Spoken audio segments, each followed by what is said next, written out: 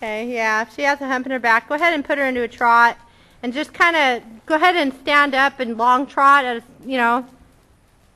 Should I pose or? Just stand up, because it'll loosen you up too. But don't let her jog like that. Make her move out, like actually do a long trot. Tell her to relax her back. Because what the thing is with her, when she has a hump in her back like that, she's just really tight. And so make her move out. I mean, kick her a little bit and say, hey, come on, go into a little more of a trot. There you go. Good. Now you got some movement going. She's still kind of walking on eggshells. I can see her tight, but she won't buck. She's way too lazy for that. So just keep, just keep sending her forward and look up. There you go. Look up. There you go. Think about opening your chest. Go ahead and put one rein, your hands in one rein, and then go ahead and raise up your hand like you were doing before. There you go. And shrug your shoulders a little bit. Kind of shrug it back. Shrug back, like you're making a little circle with your shoulder blade. There you go. Yeah, except the other way. There you go. Good. Good. There you go. Feel how that opens up where your diaphragm is? Yes. Okay, that's what you kind of want to open when you're on a horse. Because that'll help you send that horse forward. It'll give you some power. Okay, then just switch hands. Then just circle that shoulder, circle that shoulder. Good. Good. Feel that, just open your body up a little bit. There you go. And then go ahead and put both reins. And you should feel your shoulder blades flat up against your back. Yeah. If you've rounded your back and hunched forward, or if you've hollowed your back and hunched forward, then you've lost a lot of your power for sending your horse forward. And that really shows up on a horse like Brownie, who's kind of lazy. And it shows up different on a hot horse. It'll make them tense. On a horse like Brownie, it'll just turn her into a slug. And so to really get her thinking about engaging, you got to think about really keeping your shoulders back and keeping your center open. That's what's important with a horse like her. Okay, now you got her going at a pretty good clip, so start going through your figure eights. And again, yeah, what I was talking about on that yellow horse, remember, it's just the direction change isn't as important as change in the ribs. So your figure eight doesn't have to be, a crisscross in the center. It can be more like a circle, right? It doesn't even have to be straight. Like right here, you want to switch those ribs, switch those ribs, switch those ribs even more, even more. Okay, she still cut the corner quite a bit with you. So, look up at that wall, and even if you have to take her into a counter bend, forget the figure eight if you have to. Get the point across about switching the ribs. Switch the ribs, switch the ribs, switch the ribs, switch the ribs. There you go. See the difference? The only thing I'd like to see you do better next time is don't take your inside rein across her neck to get it done. Get it done with your leg. You can set that rein back toward your hip. Okay, now set your left rein back toward your left hip, and now get it done with your leg. It didn't work? Keep taking her around with that circle and go through again and make the circle bigger. Make the circle bigger. Make the circle bigger. Good. Get her really coming off that rib. Now, you feel that when she comes off that leg nice, how that engages her hind end a little?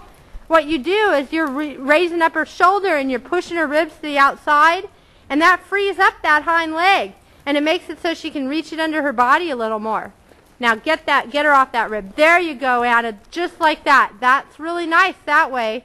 You feel how when you do that, the turn takes care of itself?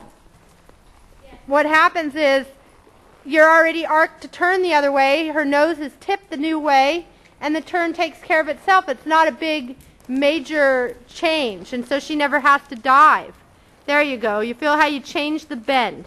And it's less in the hands and more in the legs, because what happens when you add speed, like say you're circling a cow, is you don't have time to fuss with the steering wheel too much.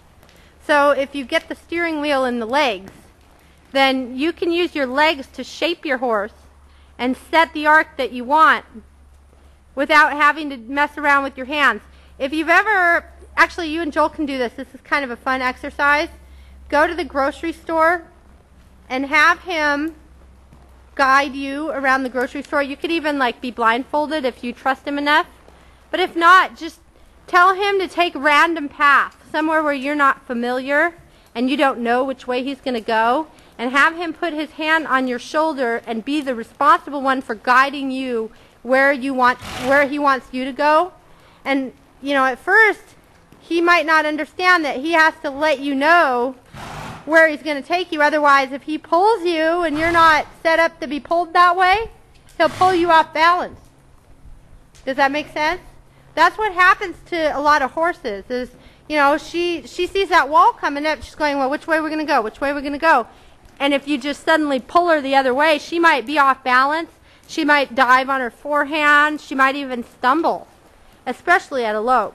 And so what we want to do is we want to set up our horse through going then through that center in a balanced manner. So that looks good. But you feel how you can start getting her to engage a little more? Yes. Good. Now make the circle smaller. Go in your figure eights, but make them smaller. You know, don't go all the way to the rail. Make me the center of one of these figure eights here. But you have to keep that, you got to keep getting the push of the ribs over. Good. Good. Tip nose and look where you're going to take her.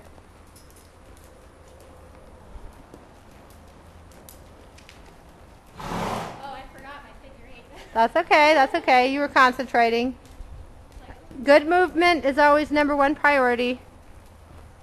Performance afterwards. Okay, just do it right here in front of me. Like, make that figure eight right there. Okay, now start changing direction. Good. Good. You feel how quiet you can be with your hands when it's your legs shaping her in that figure eight? Tip nose just a little bit. All you have to do with those hands is set the arc, and then you switch the body with your legs. Good. Okay, go ahead into a lope. Just leave that. There you go. Good. Now kick her and tell her she is not a pleasure horse. There you go. Good.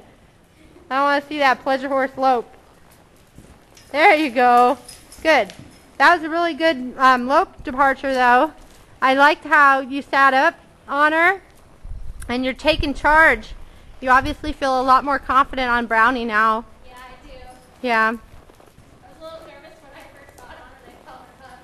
Oh, well, yeah. She's got that little peppy hump in her when you get on her, but she's lazy as hell.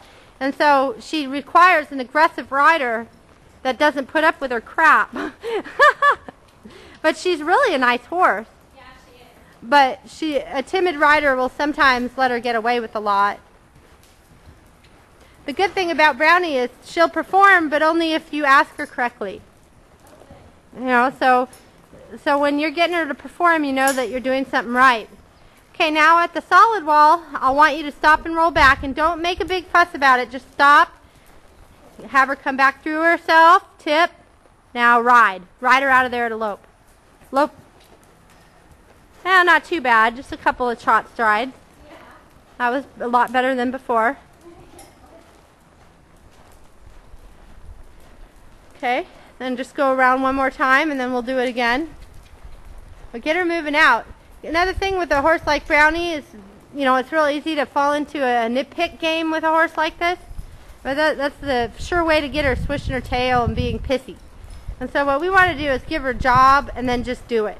Go ahead and sit your stop and then tip her back on her hip and ride. Good. A lot better. Kick. Remember, it's not leaning forward and collapsing that upper body when you want her to go into a lope. It's, you know, it's all lower body, and it's a lot of faith effort on your part, having faith that you can just send her out in that lope. Okay, just go ahead and soften your back. Set your arc. Now ride her. Okay, you spent too much time pulling. Try to get it in your body. You know, get that stop in your body, and then just tip and look where, you know, look where you're going to take her.